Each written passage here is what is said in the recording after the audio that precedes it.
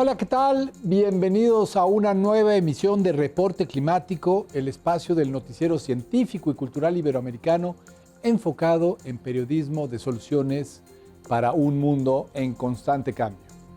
Hoy nos sumergimos en las profundidades de los océanos, un universo en gran parte inexplorado que alberga una biodiversidad asombrosa.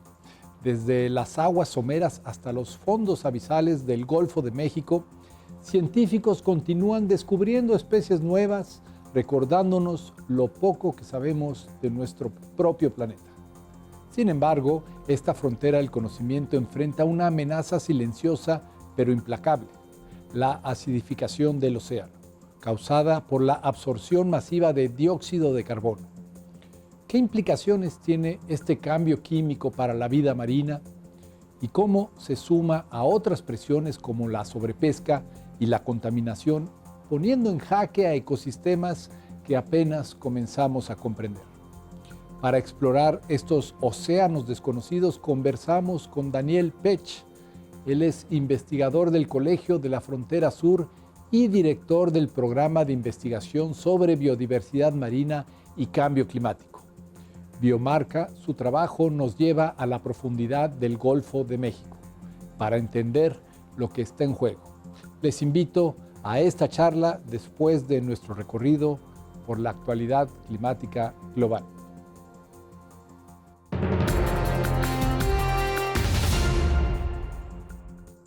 En el sur de California, los abejorros nativos enfrentan una competencia feroz: las abejas melíferas, especie no nativa que se ha vuelto silvestre. Están eliminando hasta el 80% del polen de flores recién abiertas en solo un día. Esta extracción masiva reduce notablemente los recursos para más de 700 especies de abejas silvestres que dependen del polen para alimentar a sus larvas. Investigadores de la Universidad de California, San Diego, calcularon que las abejas melíferas representan ya un 98% de la biomasa total de abejas en algunos ecosistemas locales. Si ese polen hubiera sido utilizado por las especies nativas, sus poblaciones podrían ser hasta 50 veces mayores. Además, los cultivos polinizados por abejas melíferas tienden a generar descendencia de menor calidad comparados con los polinizados por abejas silvestres. Para proteger la biodiversidad, los científicos recomiendan reubicar colmenas silvestres en áreas protegidas y regular la cría intensiva en tierras públicas.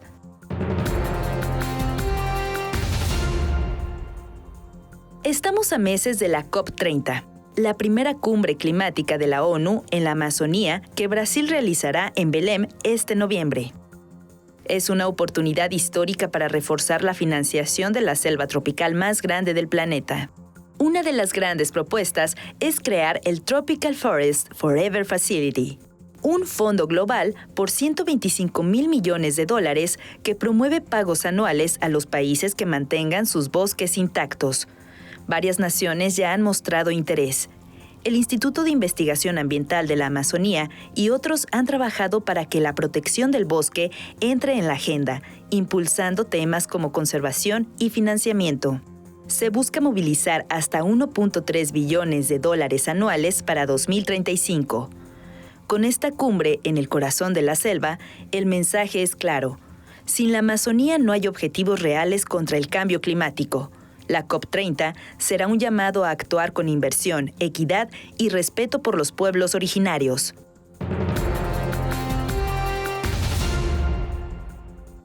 México ha puesto en marcha un ambicioso plan nacional para restaurar ecosistemas degradados. Incluye reforestación de bosques, recuperación de manglares y saneamiento de ríos y sitios contaminados. Se trata de recuperar más de 100,000 hectáreas de bosques y 18,000 hectáreas de manglares, además de limpiar lugares con alta carga tóxica. También destaca la meta de aumentar la protección de la naturaleza con el objetivo de conservar al menos el 30% del territorio marino y terrestre y establecer financiamiento sostenible. Diversas entidades públicas y organizaciones como el Programa de las Naciones Unidas, la Cooperación Alemana al Desarrollo Sustentable y el Fondo Mundial para la Naturaleza han colaborado para fortalecer este programa, creando un enfoque interinstitucional que busca resultados tangibles. Este esfuerzo representa un cambio de paradigma. La restauración ambiental no es un complemento, sino el eje central de una estrategia integral. Más allá de las costas y las aguas superficiales, se extiende el océano profundo, el ecosistema más grande y menos explorado de nuestro planeta, abarcando más del 90% del espacio habitable de la Tierra. Sus fondos albergan una biodiversidad única, adaptada a condiciones extremas de presión, oscuridad y bajas temperaturas. Estos ecosistemas son cruciales para procesos globales como el ciclo del carbono y la regulación del clima. Nuestro invitado Daniel Pech se enfoca en dos grandes temas: la biodiversidad desconocida de los fondos marinos del Golfo de México y la creciente amenaza de la acidificación del océano, una ventana a una problemática global. Bueno, la puerta de entrada, mi perspectiva, porque es lo que yo hago, es la biodiversidad marina de los fondos del Golfo de México. Y la otra puerta, o la ventana que se está haciendo puerta, porque todavía no conocemos qué tan grande es el tema de la acidificación marina, ¿no? Por causa del incremento de los gases de efecto invernadero, del CO2, y que es una de las amenazas que no sabemos el impacto de lo que está generando en la biodiversidad marina. Esa sería la puerta de la biodiversidad marina de los fondos, y la ventana que en algún momento se va a convertir en una megapuerta es la acidificación marina. Para estudiar esta biodiversidad, su equipo ha explorado desde aguas someras hasta las grandes profundidades del Golfo de México, compilando una invaluable colección de organismos en zonas que hasta hace poco eran desconocidas para la ciencia. Por muchas circunstancias, mi grupo de trabajo y yo hemos estado implicados en colectar muestras y describir la biodiversidad de los fondos marinos del Golfo de México, la parte de México, para que quede claro, de dimes y diretes, de profundidades, sí, claro, hay que ser políticamente correctos, desde los 10 centímetros de profundidad, 15 centímetros de profundidad, hasta los 3.700 metros de profundidad. Es decir, hemos logrado, y ahora tenemos ya una colección reconocida por la Semarnat, que alberga organismos colectados en lagunas costeras, en zonas intermareales y en las grandes profundidades del Golfo de México, ¿no?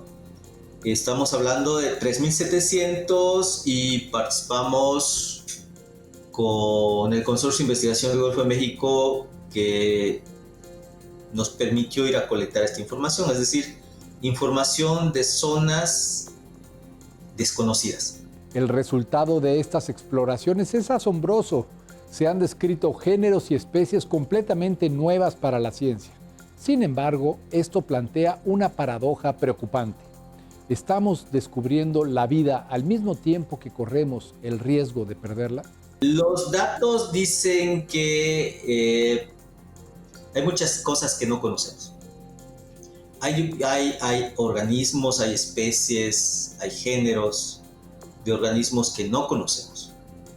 Y como no los conocemos, no están en el discurso de la pérdida de la biodiversidad, porque aparte a lo mejor los conocemos y con el cambio, con la acidificación marina, pues ya se van perdiendo, ¿no? Entonces es como una paradoja interesante, ¿no? En la colección tenemos un registro de aproximadamente 2.600 especies de los fondos marinos, algo así como 300.000 registros que está allí. Y el esfuerzo que le hemos dedicado a esto, que es muy poquito, es que hemos logrado describir 2 géneros nuevos de anfípodos, de especies, y 7 especies nuevas. Detrás de cada descubrimiento científico a menudo hay historias humanas. Daniel Pech nos comparte una anécdota entrañable sobre cómo una de estas nuevas especies recibió su nombre en un gesto que une la ciencia con el romanticismo. Entonces, el primer espécimen que nos llamó mucho la atención es uno que está aquí en la plataforma de Yucatán, poca profundidad, estamos hablando de 10, 15 metros, y un estudiante mío alguna vez me dijo, oye, este no lo conozco, este no es algo que veamos comúnmente.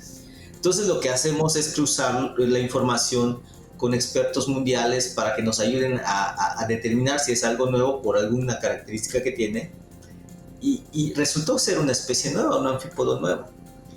Y esta es la anécdota que me gusta contar, porque sí tiene una parte de algo que de repente tratamos de evitar, que es el romanticismo, ¿no? Entonces, mi estudiante estaba metido en la tesis de doctorado y no había visto a su esposa por mucho tiempo, y le puso el nombre de su esposa. Entonces, se llama Gamaropsis Elvire por el nombre de la esposa de Carlos. De Elvira, exactamente. Y sabemos cómo tomó Elvira se fue mi imagen, ahora regreso. No ¿Cómo lo tomó? Pues imagínate, no a cualquier persona le dan como regalo que su nombre esté en una especie, ¿no? Es de los regalos, yo creo que como biólogos, ecólogos, etcétera, pues algún día nos gustaría. Nombrar una nueva especie es solo la punta del iceberg.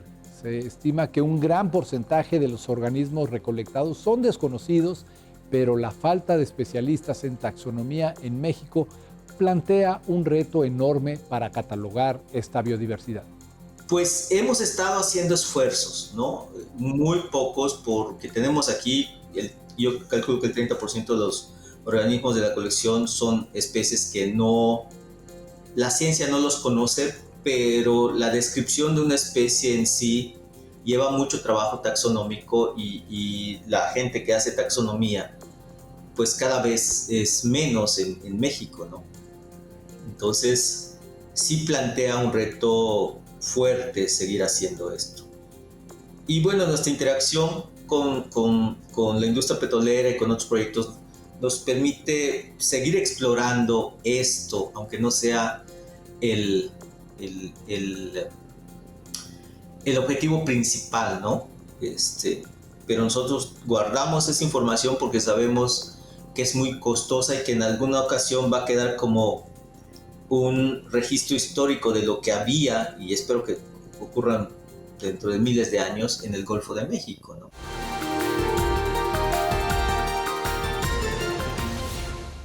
Cuando el dióxido de carbono, CO2, de la atmósfera se disuelve en el agua de mar, desencadena una serie de reacciones químicas. El resultado es un aumento en la concentración de iones de hidrógeno, lo que disminuye el pH del océano, haciéndolo más ácido.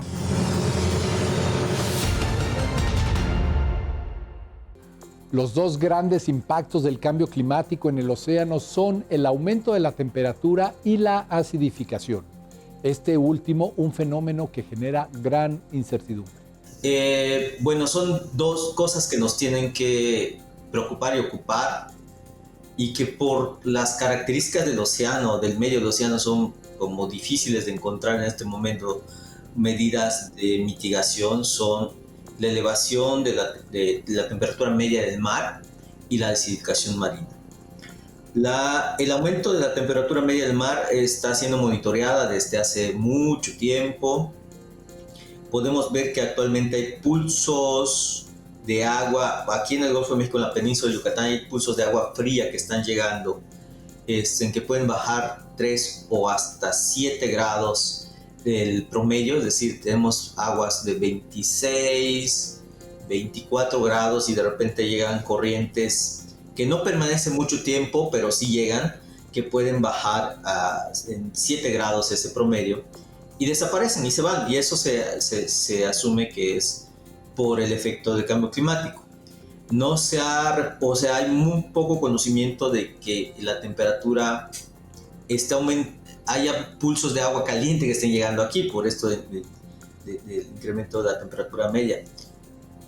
Probablemente porque estamos en una zona tropical, probablemente eso se esté viendo más hacia el norte o hacia el sur. Y se trata de explicar algunos patrones en referencia a esta modificación de la temperatura. Pero lo que causa más temor, más dudas es esto de la acidificación marina. El océano ha funcionado como un gigantesco amortiguador, absorbiendo gran parte del dióxido de carbono que emitimos. Este proceso químico, que ha evitado un calentamiento atmosférico aún mayor, tiene una gran inercia y consecuencias directas en la vida marina. Una, porque la emisión de CO2 sigue aumentando. Hay un ejercicio que alguna vez hicimos en un taller sobre sustentabilidad en Nueva York, en donde decían, si en este momento paramos todas las actividades que generan gases de efecto invernadero y las detenemos por varios años, el nivel de CO2 y metano en la atmósfera no van a cambiar. Vamos a tardar unos 200, 100, 200 años para empezar a ver los cambios. Eso es si en la hipotética situación de que frenáramos todo ya a partir de hoy, cosa que sabemos está muy distinto y de hecho la meta es al 2050, ¿no? Sí, sí. Pero en un ejercicio de modelación que se hizo por estos colegas en Nueva York, pues nos decían, pongamos todas las variables y detenemos todo, y el nivel de CO2 se va a mantener, va a empezar a decaer después de 100, 150, 200 años. Entonces imagínate lo que se va generando todos los días. Y una de las cosas que hay que saber y que la gente tiene que saber es que no nos hemos muerto. O sea, literalmente la especie humana sigue viviendo gracias a que hay un efecto físico de absorción de gases por un medio acuoso que es el mar.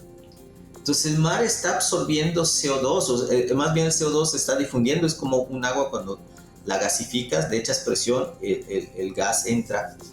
Y eso pasa, porque tenemos una atmósfera de presión. Y al entrar se modifican las características químicas del agua. A menudo, al hablar de acidificación, pensamos en los corales, pero sus efectos van mucho más allá, alterando la capacidad reproductiva, la fisiología e incluso, como demuestra un estudio, el sabor de especies de importancia comercial. Hay algunos colegas que ya están haciendo algunos experimentos que son geniales. Pero cuando tú cambias la composición química del agua del mar, la reacción de los organismos que viven allí van a ser diferenciales.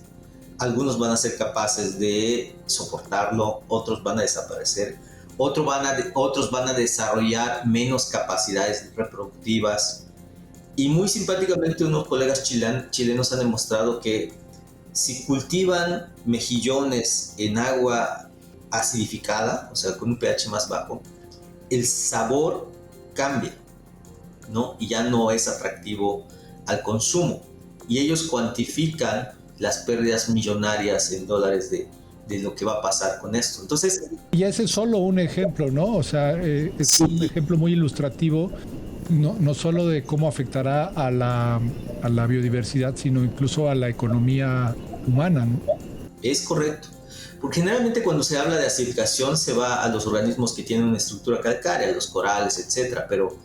Y sí, tiene mucha razón, hay una afectación directa porque esta acidificación va a impedir la formación de exoesqueletos calcáreos. Pero hay mucho más allá, ¿no? Organismos que se dejan de reproducir, que no crecen, que van a desaparecer, etcétera, etcétera. Uno de los grandes vacíos de conocimiento es qué tan resistentes son las miles de especies desconocidas a estos cambios. Además, surge una pregunta alarmante. ¿Qué pasaría si el océano llega a un punto de saturación y deja de absorber CO2 o incluso empieza a liberarlo? No me siento cómo decirlo. No hemos probado qué tan resistentes son los organismos que están ahí. O sea, a lo mejor en los que se cultivan sí. Pero en la otra diversidad, en las otras especies que nadie conoce, que nadie le hace caso, pues no sabemos, ¿no? Entonces, y este es un fenómeno que no está parando, es decir, la producción de CO2 no está parando. Oye, Daniel, y ahí me surge otra pregunta, porque Tú dices, este sistema oceánico está absorbiendo los gases de efecto invernadero, pero ¿qué sucede si se satura esa capacidad de absorción? ¿Puede suceder? Lo va a expulsar. Y entonces estaríamos expuestos sí, o sea, hay un fenómeno que es... nuestro medio, que es el aire, ¿no? Sí, hay un fenómeno que se da en varias partes y eso es algo que estamos empezando a entender. Por ejemplo, aquí enfrente a la península, que en la mayor parte del año es un reservorio, es decir, va absorbiendo. Pero cuando vienen estos fenómenos que mueven el agua y hay mucho viento, que son los nortes de huracanes, van a expulsar, ¿no? Son fuentes de origen, ¿no? Y pues eso hay que entenderlo. No todo el tiempo van a estar absorbiendo, sino que hay otros fenómenos naturales que van a hacer que en algún momento estos hábitats expulsen el CO2, ¿no? Entonces, tampoco hay que quedarse la idea con que siempre están absorbiendo. Claro, en el balance absorbe más de lo que expulsa, ¿no? Entonces, ¿y cuándo se va a saturar? No he leído nada acerca de algún ejercicio que te platique sobre esta saturación, pero pues todo tiene un límite, ¿no? Para concluir, Daniel Pech nos recuerda la conexión directa, aunque a veces invisible, entre nuestras decisiones de consumo cotidianas y la salud de los océanos. Cada producto que compramos tiene una huella que llega hasta los fondos marinos. Hay muchas cosas que hay que platicarle a la comunidad, a los colegas, y que para llamar la atención en estos temas, que hasta ahora yo creo que somos un pequeño grupo de personas que nos preocupa eso, y la mayor parte de la gente pues pasa desapercibida en sus vidas por su ritmo de vida, pero que es importante que sepan que hay cosas que están ocurriendo y que les va a afectar en su vida cotidiana, ¿no? Y dimensionar todos esos problemas de la basura, de la contaminación, del cambio climático, etcétera, ¿no? Y hay toda una cadenita, y esa es interesante platicarla. Yo sé que ya terminamos, pero desde dónde detona la generación de CO2, y esa puede detonar desde cuando tú decides comprar algo en la tienda que pasó por un proceso industrial, pero que no lo necesitas, pero ahí lo compras, ¿no? La conversación con Daniel Pech nos deja con una reflexión profunda y dual. La maravilla del descubrimiento científico frente a la urgencia de las amenazas que enfrentan nuestros océanos. La acidificación, los microplásticos, la sobrepesca y la contaminación actúan en conjunto, afectando una biodiversidad que ni siquiera hemos terminado de catalogar. Su mensaje es claro.